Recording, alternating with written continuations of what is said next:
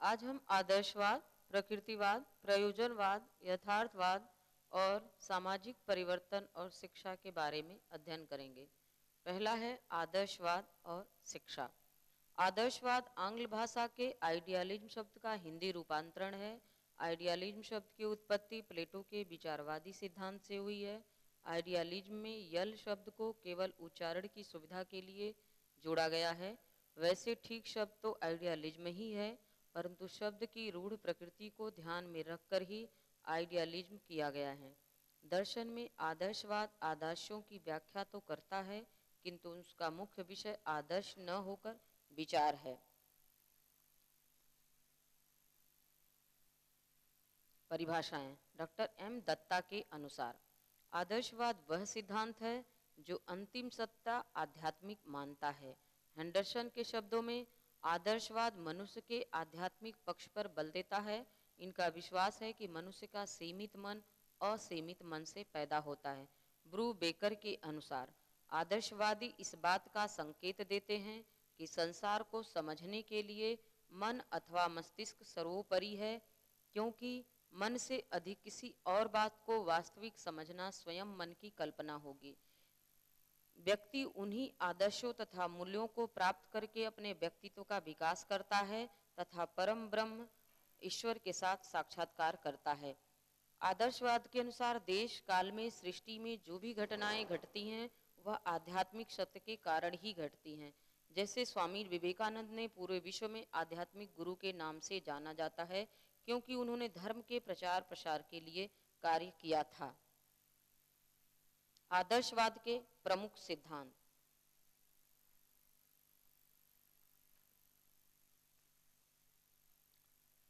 वस्तु की अपेक्षा विचार को महत्व, जड़ प्रकृति की अपेक्षा मनुष्य को महत्व, आध्यात्मिक मूल्यों में विश्वास, संपूर्ण जगत के दो रूप, भिन्नता में एकता का सिद्धांत, व्यक्तित्व के विकास को महत्व। सबसे पहला पॉइंट है संपूर्ण जगत के रूप। आदर्शवादियों ने संपूर्ण जगत को दो भागों में बांटा है, आध्यात्मिक जगत और भौतिक जगत।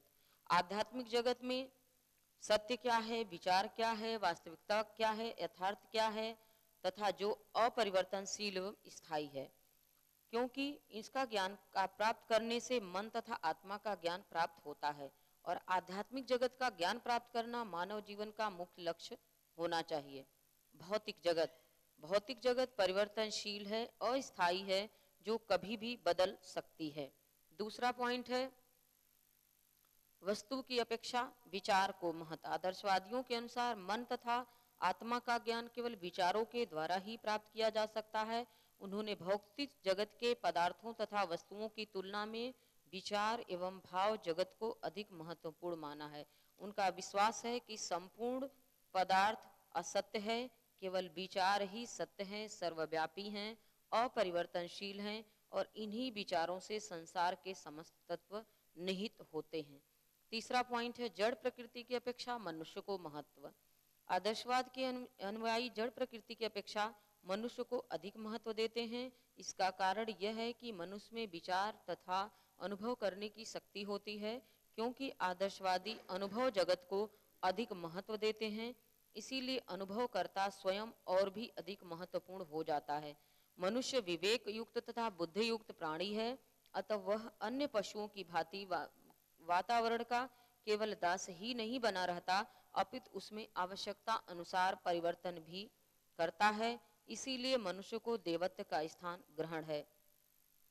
रस्क के अनुसार मनुष्य को ही इस आध्यात्मिक तथा सांस्कृतिक वातावरण का निर्माण करता माना जाता है, अर्थात समस्त नैतिक तथा आध्यात्मिक वातावरण को समस्त मनुष्यों की रचनात्मक क्रियाओं का फल माना गया है।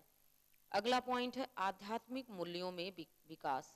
आदर्शवादियों के अनुसार जीवन का लक्ष्य आध्यात्मिक मूल्यों तथा सत्यों को प्राप्त करना है। ये आध्यात्मिक मूल्य हैं सत्य, शिवम, सुंदरम। ये मूल्य सदैव अमर होते हैं और इन मूल्यों को प्राप्त करना ही ईश्वर की प्राप्ति है। अतः मनुष्य के जीवन का चरम लक्ष्य इन्हीं मूल्यों को प्राप्त करना माना चाहिए। इन मूल्यों को अलग अलग भी प्राप्त किया जा सकता है, जिसे सत्य को प्राप्त करके शिव तथा सौंदर्य को प्राप्त करके नहीं पाया जा सकता।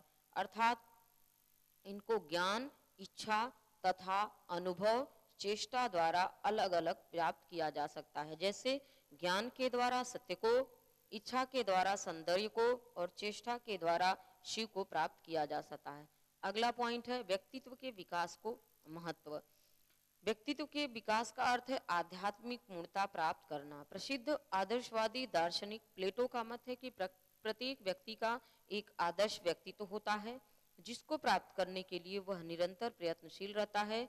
कुछ आदर्शवादियों का मत है कि आदर्श व्यक्तित्व को प्राप्त करना आत्मानुभूति को प्राप्त करना होता है। आत्मानुभूति का अर्थ होता है आत्मा का ज्ञान होना, परंतु आत्मा का ज्ञान केवल मनुष्य को समाज में रहते ही प्राप्त हो सकता है। इस प्रकार आदर्शवाद मानव जीवन के सर्वोत्तम रूप की भव्यता एवं बहुमूल्यता पर विशेष बल देता है। मानव व्यक्ति सबसे अधिक मूल्यवान वस्तु है तथा वह ईश्वर की श्रेष्ठतम कृति है। अगला सिद्धांत है भिन्नता में एकता के सिद्धांत को पूर्ण समर्थन। आदर्शवादी भिन्नता में एकता के सिद्धांत का पूर्ण समर्थन करते हैं, अर्थात संसार की समस्त घटनाओं एवं गतियों के पीछे उन्हें एक शक्ति या भिन्नता दिखाई देती है। इसी एकता को उन्होंने एक शक्ति, चेतन तत्व तथा ईश्वर आदि विभिन्न नामों से पुकारा है। जिस प्रकार किसी यंत्र की केंद्रीय शक्ति के द्वारा भिन्न भिन्न अंग अपना कार्य करते हैं, उसी प्रकार एकता रूपी केंद्रीय शक्ति के द्वारा संसार के विभिन्न कार्यों को किया जाता है। आदर्शवादी शिक्षा के उद्देश्य: व्यक्तित्व का उन्नयन करना, आध्यात्मिक विकास करना, सत्यम शिवम तथा सुंदरम मूल्यों को प्राप्त करना, सांस्कृतिक संपत्ति की रक्षा तथा स्थानांतरण करना, मूल प्रवृत्ति को आध्यात्मिक प्रकृति में बदलना, पवित्र जीवन के लिए तैयारी करना, बालक की बुद्धि विवेक का विकास करना। पहला पॉइंट है व्यक्तित्व का उन्नयन करना अथवा आत्म अनुभूति। आदर्शवाद के अनुसार मानव ईश्वर की सबसे महान तथा सुंदर कृति है, अतः व्यक्तित्व का उन्नयन करना, व्यक्तित्व का उत्कर्ष करना, आत्म अनुभूति करना तथा आत्मा की सर्वोच्च शक्तियों तथा क्षमताओं को वास्तविक रूप देना शिक्षा का उद्देश्य होना चाहिए। अगला पॉइंट है आध्यात्मिक विकास करना। शिक्षा का उद्देश्य बालक को आध्यात्मिक दृष्टि से विकसित करना होता है। रस्क के अनुसार शिक्षा मानव जाति को इस योग्य बनाए कि वह संस्कृति की सहायता से आध्यात्मिक जगत में अधिक पूर्णता के साथ प्रवेश कर सके तथा आध्यात्मिक जगत की सीमाओं का विस्तार भी कर सके। तीसरा पॉइंट है सत्यम शिवम तथा सुंदरम मूल्यों को विकसित करना। आदर्शवादियों का विश्वास है कि आध्यात्मिक जगत की उन्नति के लिए सत्य, शिव तथा सुंदरम जैसे चिरंतन मूल्यों को विकसित करना परम आवश्यक है, क्योंकि समाज के लोगों में आध्यात्मिकता होने पर जगत की स्वतः ही उन्नति होगी। अगला पॉइंट है सांस्कृतिक संपत्ति की रक्षा, विकास तथा स्थानांतरण। केवल मनुष्य ही ऐसा विद्युयुक्त प्राणी है जिसने रचनात्मक कार्यों द्वारा सामाजिक एवं सांस्कृतिक वातावरण के मानसिक, सौंदर्यात्मक तथा धार्मिक पक्षों के विकास हेतु प्राचीन काल से लेकर अब तक सक्रिय रूप से भाग लिया है। अतः शिक्षा का उद्देश्य बालक को सांस्कृतिक संपत्ति का परिचय देना है, जिससे वह इसकी रक्षा करते हुए इसके विकास में अधिक सहयोग देकर भावी पीढ़ी को स्थानांतरित कर सके। अगला पॉइंट है मूल प्रवृत्ति को आध्यात्मिक प्रवृत्ति में बदलना। आदर्शवादियों का विश्वास है कि बालक को आध्यात्मिक रूप से विकसित करने के लिए उसकी मूल प्रकृति को आध्यात्मिक प्रकृति में बदलना परम आवश्यक है, अर्थात उसे शारीरिक से मनो आध्यात्मिक रूप प्रदान करना। अतः शिक्षा का उद्देश्य बालक की मूल प्रवृत्तियों का शोधन करते हुए सांस्कृतिक एवं सामाजिक वातावरण के अनुसार उचित मार्गदर्शन द्वारा आध्यात्मिक रूप से विकसित करना होता है। अगला पॉइंट है पवित्र जीवन के लिए तैयारी। शिक्षा का उद्देश्य बालक को संपूर्ण जीवन के लिए तैयार करना। फ्रॉबिल के शब्दों में भक्तिपूर्ण, पवित्र तथा कलंक रहित जीवन की प्राप्ति शिक्षा का उद्देश्य होना चाहिए। अंतिम पॉइंट है बालक की बुद्धि तथा विवेक का विकास। शिक्षा का उद्देश्य बालक की बुद्धि एवं विवेक को पूर्ण रूप से विकसित करना होना चाहिए।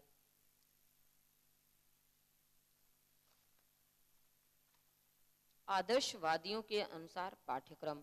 प्लेटो के अनुसार, प्लेटो कट्टर आदर्शवादी था। उसे बताया कि जीवन का लक्ष्य ईश्वर को प्राप्त करना होता है, जो केवल सत्य, शिव तथा सुंदरम जैसे शाश्वत मूल्यों की प्राप्ति द्वारा ही संभव है। पर उन शाश्वत मूल्यों की प्राप्ति के लिए 3 प्रकार की क्रियाओं को उन्होंने बताया। बौद्धिक, बौद्धिक में भाषा, साहित्य, इतिहास, भूगोल, गणित तथा विज्ञान को रखा। कलात्मक में कला तथा कविता, नैतिक में धर्मशास्त्र, आध्यात्म शास्त्र और नैतिक शास्त्र को स्थान दिया। हर्बार्ट के अनुसार आदर्शवादी शिक्षा का उद्देश्य नैतिकता होना चाहिए, जिसमें उन्होंने साहित्य, इतिहास, कविता, संगीत, साहित्यिक विषय तथा मुख्य विषय वैज्ञानिक विषयों को गौण स्थान दिया। नन के अनुसार स्कूल का कर्तव्य है कि वह आध्यात्मिक शक्ति तथा ऐतिहासिकता को बनाए रखे, उसकी निष्पत्तियों को संरक्षित रखे तथा उसके भविष्य को उज्जवल बनाए। अतः नन के अनुसार पाठ्यक्रम में मानव के भावों की सर्वश्रेष्ठ अभिव्यक्ति करने वाले क्रियाओं से संबंधित विषयों को सम्मिलित किया जाना चाहिए। इसके लिए उन्होंने शारीरिक व्यायाम, समाजशास्त्र, नीति शास्त्र, साहित्यिक एवं सौंदर्यात्मक विषय, विज्ञान तथा गणित के विषयों को महत्वपूर्ण स्थान दिया। रास के अनुसार, रास ने मानव की समस्त क्रियाओं को 2 भागों में विभाजित किया है। शारीरिक अर्थात स्वास्थ्य संबंधी क्रियाएं, आध्यात्मिक अर्थात नैतिक मूल्य संबंधी क्रियाएं। सारी क्रियाओं में उन्होंने इसको पूरी तरह से अलग नहीं किया जा सकता। उन्होंने कहा कि जब शारीरिक दृष्टि से कोई विकसित होता है, तभी वह मन से भी विकसित होता है। इसीलिए उन्होंने स्वास्थ्य रक्षा जैसे विषयों को शारीरिक क्रियाओं में स्थान दिया और आध्यात्मिक क्रियाओं के लिए उन्होंने कहा कि जो आध्यात्मिक दृष्टि से विकसित होगा वह बौद्धिक रूप से भी विकसित होगा। इसके अंतर्गत साहित्य, भाषा, इतिहास, भूगोल, विज्ञान, गणित तथा नीति शास्त्र जैसे विषयों को स्थान दिया। शिक्षण विधि, बटलर के अनुसार आदर्शवादी अपने आप को किसी एक शिक्षण विधि का निर्माणकर्ता तथा निर्धारक नहीं समझते हैं तथा वह किसी एक विधि के भक्त नहीं बनना चाहते। फ्रोबेल के अनुसार विद्यालय रूपी बाग में अध्यापक रूपी माली विद्यार्थी रूपी पौधे के विकास में सहयोग देते हैं, इसलिए जिस प्रकार की शिक्षा हो उसी प्रकार से विधियों का प्रयोग करना चाहिए। पहली है, सुकरात ने प्रश्नोत्तर विधि दिया, प्लेटो ने संवाद विधि दिया, अरस्तु ने आगमन निगमन विधि दिया, डेकार्टे ने सरल से कठिन विधि दिया, हीगल ने तर्क विधि दिया, फ्रोबेल ने खेल कूद विधि दिया। आदर्शवाद तथा शिक्षक, आदर्शवाद में शिक्षा का प्रमुख स्थान है। आदर्शवादी शिक्षक आध्यात्मिक ज्ञान तथा आत्मनिर्देशन द्वारा अपने विद्यार्थी को ज्ञान प्रदान करते हैं। वह अपने आदर्शमय जीवन से बालक को पवित्र बनाने के लिए ऐसा सुंदर वातावरण तैयार करता है जिसमें रहते हुए उसका आध्यात्मिक विकास हो सके। इस संबंध में रॉस का कहना है कि आदर्शवादी सुंदर गुलाब का फूल देखना चाहते हैं। इसके लिए शिक्षक अपने प्रयासों से बालक को, जो अपनी प्रकृति के नियमों के अनुसार विकसित होता है, उस उच्चता तक पहुंचाने में सहायता देता है जहां तक वह स्वयं नहीं पहुंच सकता। फ्रोबेल ने कहा कि शिक्षक को पौधे रूपी बालक की देखभाल करने वाला माली माना जाता है, इसलिए भारतीय आदर्शवाद में शिक्षा का बहुत ऊंचा स्थान है, यहाँ तक कि उसे ईश्वर से भी ऊंचा दर्जा दिया गया है। इसके आधार पर आदर्शवाद के शिक्षकों को कुछ पॉइंटों में बांटा गया है। पहला है, शिक्षक बालक के लिए सत्ता का साकार रूप होता है। दूसरा पॉइंट है, शिक्षक पूर्ण विषय का ज्ञाता होना चाहिए। अगला पॉइंट है, शिक्षक व्यावसायिक कला में दक्ष होना चाहिए। अगला पॉइंट है, शिक्षक कुशल माली होना चाहिए। शिक्षक आध्यात्मिक गुणों का भंडार होना चाहिए। शिक्षक का स्थान ईश्वर से भी ऊंचा होता है। फ्रोबेल के अनुसार शिक्षक को पौधे रूपी बालक की देखरेख करने वाला माली माना जाता है, इसीलिए उसे ईश्वर से भी ऊंचा पद दिया गया है। आदर्शवाद तथा अनुशासन, प्रभावात्मक तथा अनुशासन को विशेष महत्व दिया गया है। निर्देशित, नियंत्रित, स्वतंत्रता, प्रेम तथा सहानुभूतिपूर्ण अनुशासन, उच्च आदर्शों से प्रेरित अनुशासन, नम्रता, शिष्टता तथा आज्ञाकारिता पर बल, और अंतिम है ईमानदारी तथा सत्यवादिता पर बल। आदर्शवादी शिक्षा दर्शन का अन्य तथ्यों से संबंध। विद्यार्थी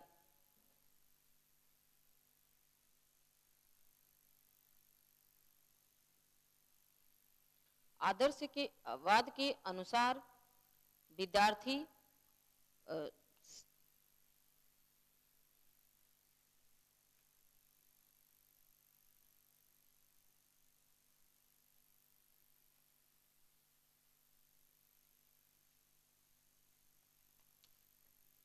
विद्यार्थी का स्थान गौण होता है। हार्न के अनुसार विद्यार्थी एक परिमित व्यक्ति है जो शिक्षित होने पर अनंत पुरुष के रूप में विकसित होगा। मूल उत्पत्ति उसकी दैविक होती है, स्वतंत्रता उसका स्वभाव होता है, अमृतत्व की प्राप्ति ही उसके जीवन का लक्ष्य होता है तथा शिक्षक और शिक्षार्थी एक दूसरे के साथ परस्पर अंतःक्रिया करना आवश्यक होता है। आदर्शवाद तथा अनुशासन। आदर्शवाद बालक को अनुशासन में रखना चाहता है। आदर्शवादियों का अटल विश्वास है कि जब तक बालक को अनुशासन में नहीं रखा जाएगा तब तक उसका आध्यात्मिक विकास नहीं होगा। आदर्शवाद तथा विद्यालय।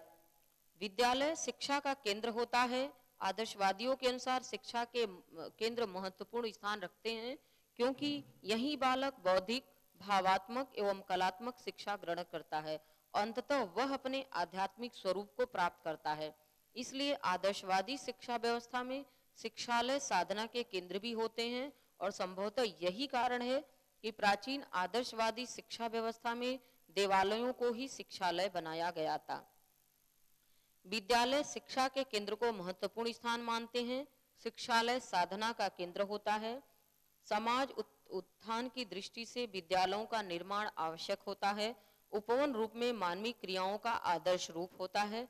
प्राचीन आदर्शवादी शिक्षा व्यवस्था में देवालयों को ही शिक्षा का केंद्र माना गया था। शिक्षा के यह विचारधारा शिक्षा के उद्देश्यों को निर्धारित करने की दिशा में महत्वपूर्ण योगदान देती है। यह विचारधारा शिक्षक की महिमा को अधिक महत्व देती है तथा शिक्षकों को निस्वार्थ उत्तरदायित्वपूर्ण भूमिका निभाने के लिए तैयार करती है। आत्म अनुशासन तथा प्रभावात्मक अनुशासन इस विचारधारा की महत्वपूर्ण देन है।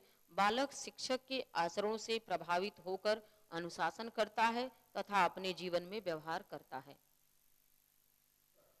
प्रकृतिवाद शिक्षा दर्शन। प्रकृतिवाद आंग्ल भाषा के नेचुरलिज्म का हिंदी रूपांतरण है। नेचुरलिज्म शब्द की उत्पत्ति रूसों के प्रकृतिवादी विचार से हुई है। प्रकृतिवाद नेचर शब्द से आया है जिसका अर्थ है प्रकृति की ओर लौटो। प्रकृतिवाद को भौतिक पदार्थवाद की संज्ञा दी जाती है। पदार्थ ही जगत का आधार होता है। प्रकृतिवाद तत्वमीमांसा का वह रूप है जो प्रकृति को पूर्ण मानता है। प्रत्येक वस्तु प्रकृति से उत्पन्न होती है, उसी में विलीन हो जाती है।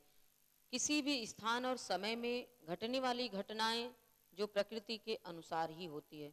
शुद्ध रूप में प्रकृतिवाद वैज्ञानिक विचारधारा पर बल देता है और प्रकृति दर्शन जिसमें शिक्षा को प्रभावित किया। परिभाषा जेम्स वार्ड के अनुसार प्रकृतिवाद वह विचारधारा है जो प्रकृति को ईश्वर से अलग करती है और आत्मा को पदार्थ अथवा भौतिक तत्व के अधीन मानती है।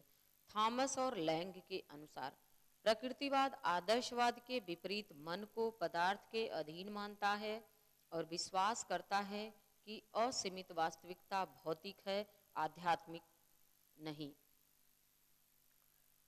पैरी के अनुसार प्रकृतिवाद विज्ञान नहीं है, विज्ञान के बारे में दावा है कि वैज्ञानिक ज्ञान अंतिम है जिसमें विज्ञान के बाहर दार्शनिक ज्ञान का कोई स्थान नहीं होता।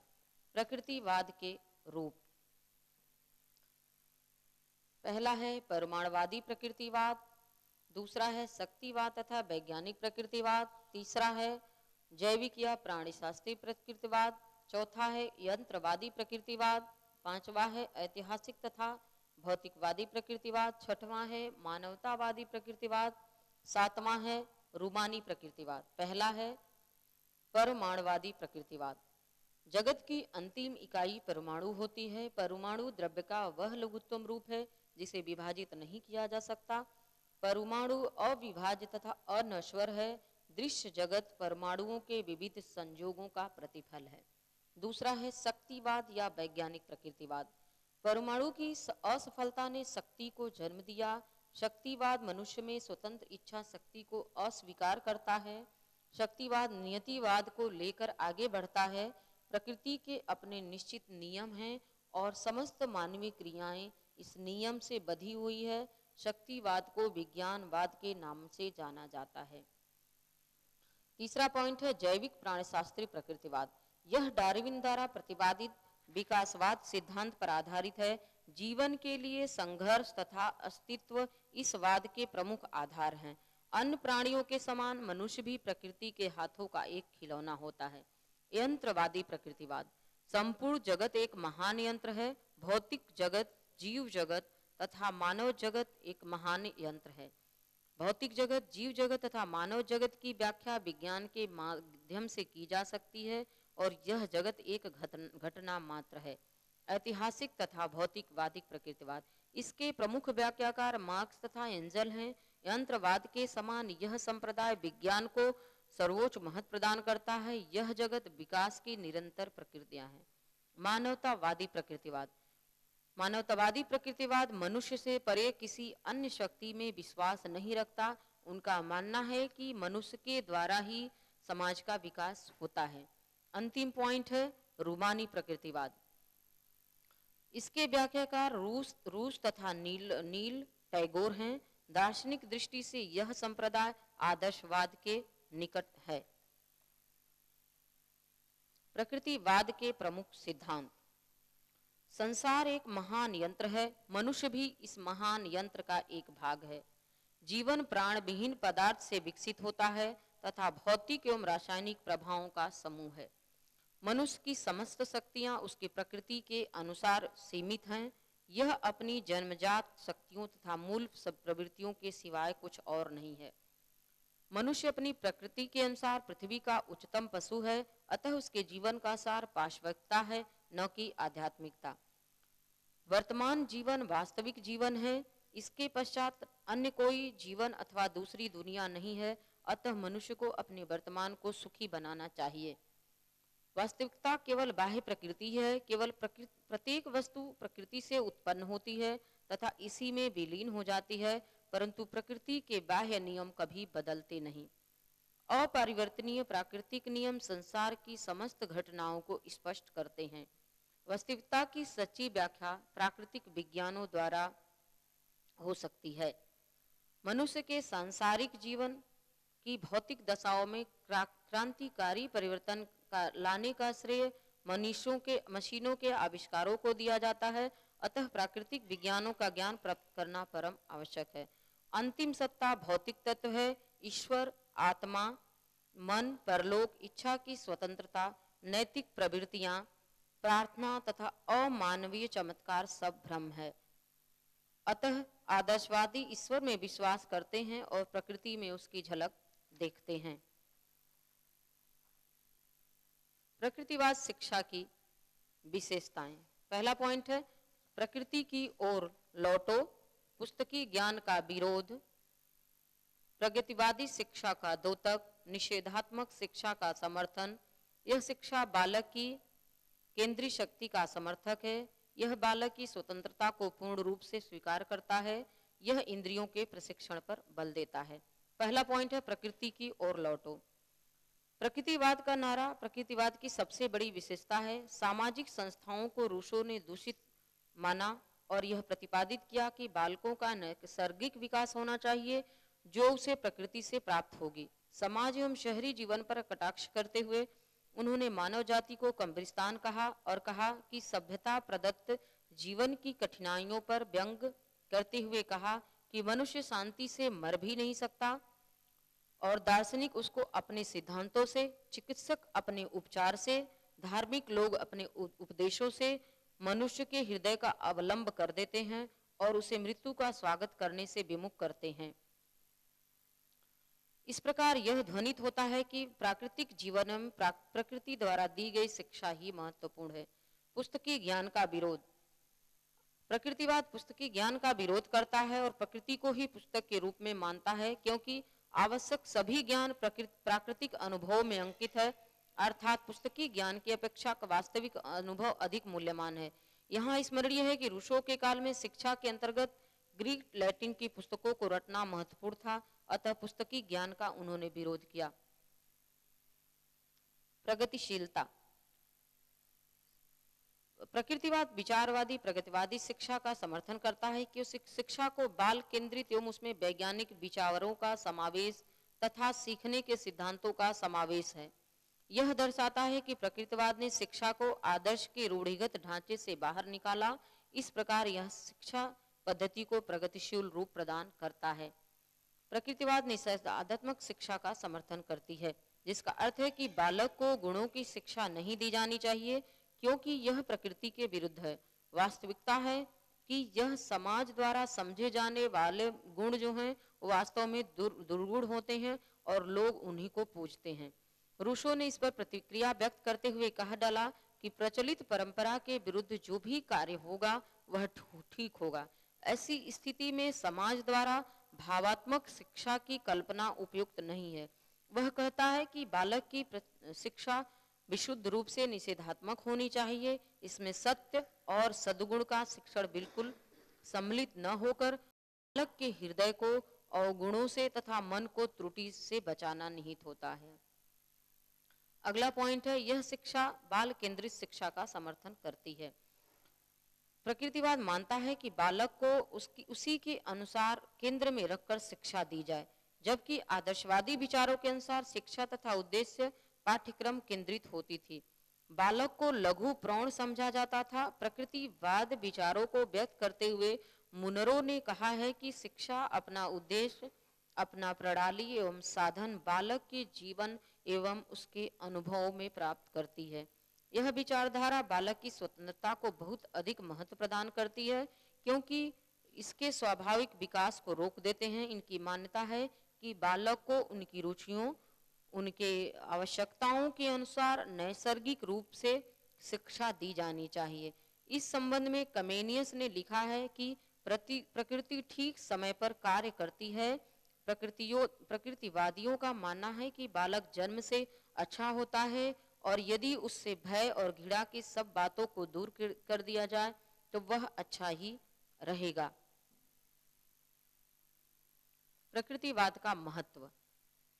यौन शिक्षा का महत्व सह शिक्षा पर बल देती है, बच्चों की व्यक्तिक विभिन्नताओं की ओर ध्यान दिलाती है, विद्यालयों को जीवन समुदाय के रूप में परिवर्तित करने पर बल देती है, शिक्षण के क्षेत्र में इंद्रिय प्रशिक्षण की महत्ता पर बल देती है।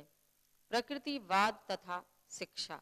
आत्मरक्षा की शिक्षा, मौलिक आवश्यकताओं की पूर्ति, संतति पालन की शिक्षा, अवकाश का सदुपयोग, सामाजिक एवं राजनैतिक संबंध। प्रकृतिवाद के अनुसार शिक्षा के उद्देश्य। वातावरण से अनुकूलन की क्षमता, बालक रूपी मानव को यंत्रपूर्ण बनाना, जीवन संघर्ष के योग्य बनाना, वर्तमान सुख की सुरक्षा, व्यक्तित्व का स्वतंत्र विकास, जातीय उपलब्धियों का संरक्षण, मूल प्रवृत्तियों का शोधन एवं मार्गांतरीकरण। पहला पॉइंट है बालक वातावरण से अनुकूलन की क्षमता। जीव वैज्ञानिकों के विचार से प्रभावित होने के कारण प्रकृतिवाद जीवन का उद्देश्य वातावरण के साथ अनुकूलन ही मानता है। अतः शिक्षा का उद्देश्य होता है कि बालक को उसके वातावरण के अनुकूल विकसित होने में सहायता प्रदान करें। दूसरा पॉइंट है बालक रूपी मानव को यंत्रपूर्ण बनाना। यंत्रवादी प्रकृतिवाद की मान्यता है कि बालक भी संत रूपी संपूर्ण विश्व में एक यंत्र के समान है। यह निर्धारित करती है कि बालक का विकास इस प्रकार किया जाए जिससे वह यांत्रिक पूर्णता प्राप्त कर ले और आध्यात्मिकता की बात न करे। तीसरा पॉइंट है जीवन संघर्ष के योग्य बनाना। डार्विन ने यह सिद्धांत प्रतिपादित किया और उन्होंने कहा कि वही जीवित रहते हैं जो अस्तित्व के संघर्ष में विजयी होते हैं। इस सिद्धांत के मुख्य दो अंश होते हैं जिन्हें अस्तित्व के लिए संघर्ष तथा योग्यतम की जीत कहते हैं। यह विचारधारा शिक्षा का उद्देश्य यह मानती है कि वह मानव को जीवन के संघर्ष योग्य बनाए और वह संघर्ष में विजय प्राप्त करे। इसके लिए उसे मुख्य रूप से शारीरिक रूप से तैयार करे। चौथा पॉइंट है वर्तमान सुख की सुरक्षा। भौतिकवादी विचारधारा अंततः सुखवादी होते हैं और उसका सुख वर्तमान जीवन का सुख होता है, न कि आदर्शवादियों की तरह भावी जीवन का। अतः प्रकृतिवादी वर्तमान जीवन को सुखमय बनाना ही शिक्षा का उद्देश्य मानती है। इस संबंध में रूसो का कथन है कि ऐ पिताओं, इन सरल बालकों की इन प्रसन्नताओं को क्यों छीनते हो जो क्षण भर में मिट जाएंगे। बाल्यावस्था को, शीघ्र व्यतीत हो जाने वाले दिनों को क्यों कलुषित करते हो जो पुनः वापस नहीं आगे। क्या तुम बता सकते हो कि तुम्हारे बालकों को कब मृत्यु बुला लेगी। इन्हें जीवन का आनंद लेने दो, जिससे ईश्वर उन्हें जब बुलावे, जब वे बिना आनंद लिए न मर जाएं। अगला पॉइंट है व्यक्तित्व का स्वतंत्र विकास। इस विचार के लोगों का मानना है कि बालक में निहित जन्मजात शक्तियों का स्वतंत्र विकास शिक्षा का मुख्य उद्देश्य होना चाहिए। नन ने इस विकास का स्वतंत्र विकास का माना कि इसमें आत्मानुभूति की स्तर तक लाने का बल दिया जाए, परंतु अधिकांश प्रकृतिवादी विकास की आध्यात्मिक प्रकृति में विश्वास नहीं करते। इससे उनका कहना है कि बालक का सर्वांगीण विकास किया जाए। अगला पॉइंट है जातीय उपलब्धियों का संरक्षण। वंशानुक्रम द्वारा केवल शारीरिक एवं मानसिक गुणों को ही स्थानांतरित कर सकते हैं, मानव निर्मित सभ्यता एवं संस्कृति का ज्ञान नहीं। अतः बर्नार्ड शॉ ने कहा कि शिक्षा का उद्देश्य इन्हीं मानव निर्मित संस्कृति एवं उपलब्धियों का हस्तांतरण होना चाहिए। जातीय उपलब्धियों का संरक्षण पीढ़ी दर पीढ़ी अगली पीढ़ी को सौंपना तथा उसमें वृद्धि करना ही शिक्षा का उद्देश्य होना चाहिए। मूल प्रवृत्तियों का शोधन एवं मार्गांतरीकरण। प्रसिद्ध प्रकृतिवादी मैकडूगल मानव की नैसर्गिक मूल प्रवृत्तियों जनित उद्देश्यों की प्राप्ति को मूल्यवान तथा उसी के प्राप्ति के लिए शिक्षा को उपयोगी माना। उन्हीं के विचारक में कहा जाता है कि शिक्षा का उद्देश्य सहज प्रवृत्तियों की ऊर्जाओं का शोधन, सहज आवेगों का मार्गांतरीकरण, सूत्रबंधन और तालमेल के साथ होना चाहिए। प्रकृतिवाद के अनुसार अन्य बिंदु। पाठ्यक्रम प्रकृतिवाद के अनुसार शिक्षक शिक्षार्थी संबंध, प्रकृतिवाद के अनुसार अनुशासन, प्रकृतिवाद के अनुसार शिक्षार्थी, प्रकृतिवाद के अनुसार शिक्षक तथा प्रकृतिवाद के अनुसार विद्यालय। पाठ्यक्रम प्रकृतिवादी सिद्धांतों के अंतर्गत निम्न बिंदुओं पर विचार किया गया है। मूल प्रवृत्तियों, रुचियों, क्षमताओं पर आधारित पाठ्यक्रम होना चाहिए। जीवन रक्षा से संबंधित पाठ्यक्रम होना चाहिए। धार्मिक जीवन की निरंतरता को समाप्त करने के लिए पाठ्यक्रम होना चाहिए। यौन शिक्षा से संबंधित पाठ्यक्रम होना चाहिए। पाठ्यक्रम के निर्माण के लिए उपयुक्त बिंदु को ध्यान में रखना अनिवार्य है। मूल प्रवृत्तियों के शोधन के लिए खेलकूद, कला, संगीत, प्रकृति निरीक्षण आदि विषयों का समावेश होना चाहिए तथा पाठ्यक्रम में इस प्रकार की संभावनाएं होनी चाहिए जिससे बालक अपनी रुचि के अनुसार अपनी योग्यता एवं क्षमता के मुताबिक विषयों का चयन कर सके। जीवन रक्षा संबंधी विषयों को स्पेंसर ने महत्वपूर्ण बताया है। इसके लिए शरीर विज्ञान, पदार्थ तथा भाषा, गणित, भूगोल आदि विषयों को प्रधानता दी गई है। रास महोदय ने लिखा है कि यौन विषयों के प्रति स्वस्थ रवैया पर बहुत बल देने का स्वाभाविक परिणाम यह होता है कि सह शिक्षा का उत्साह पूर्वक समर्थन किया जाना चाहिए, क्योंकि यही एकमात्र संभव शिक्षा है।